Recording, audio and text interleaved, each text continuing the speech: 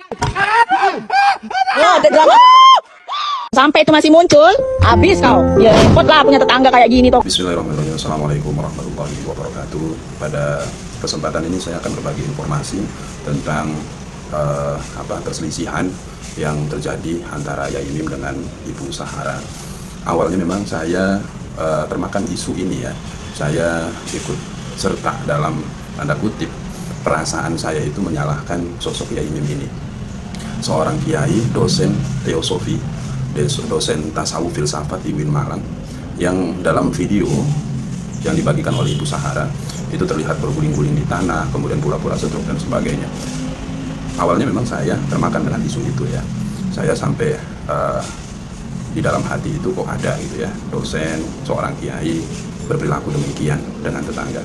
Ternyata setelah beliau diundang oleh Densu dalam podcast, terjawablah sudah kenapa beliau melakukan aksi guling-guling tersebut, kenapa pura-pura setruk dan sebagainya.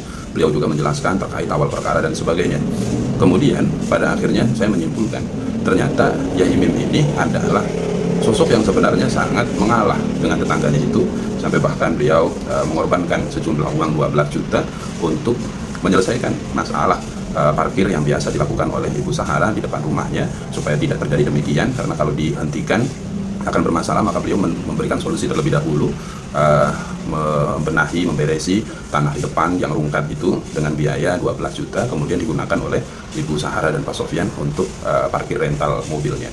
Tapi ternyata dalam hal ini juga tidak menyelesaikan, tetap saja beliau dipersekusi dan sebagainya, sampai pada akhirnya beliau melakukan tindakan-tindakan seperti itu sebagai bentuk tindakan yang mengalah gitu ya, supaya mereka, Ibu Sahara dan Pak Sofyan, puas mungkin begitu ya. Jadi dalam hal ini pertama saya meminta maaf kepada Yai Mim karena saya sudah bersuudzon ya. Tapi ini menunjukkan bahwa amat sangat dahsyat framing media sosial itu. Seseorang yang benar bisa terlihat buruk, seseorang yang buruk bisa terlihat benar. Dengan demikian saya menyarankan kepada para netizen, para masyarakat yang menggunakan media sosial, berhati-hatilah dalam mengambil informasi yang berkaitan dengan apapun. Jangan ditelan mentah-mentah, karena seperti itulah dunia zaman sekarang. Framing media sosial sangat kejam ya. Fitnah yang dibangun melalui framing media sosial ini berlipat-lipat madharatnya. Bahkan dalam keterangan al-fitnah asyaddu minal qatl itu disampaikan di zaman belum ada media sosial, terlebih lagi di zaman yang media sosial sudah berkembang sedemikian rupa. Ada banyak aplikasi untuk digunakan sebagai media dalam bersosial dan komunikasi. Ini akan menciptakan ruang-ruang fitnah yang modern ya. Dalam hal ini framing-framing jahat akan bisa dilakukan dengan mudah, maka berhati-hatilah dan berbaiklah dalam menggunakan media sosial. Untuk Yai Mim, terima kasih sudah mengajak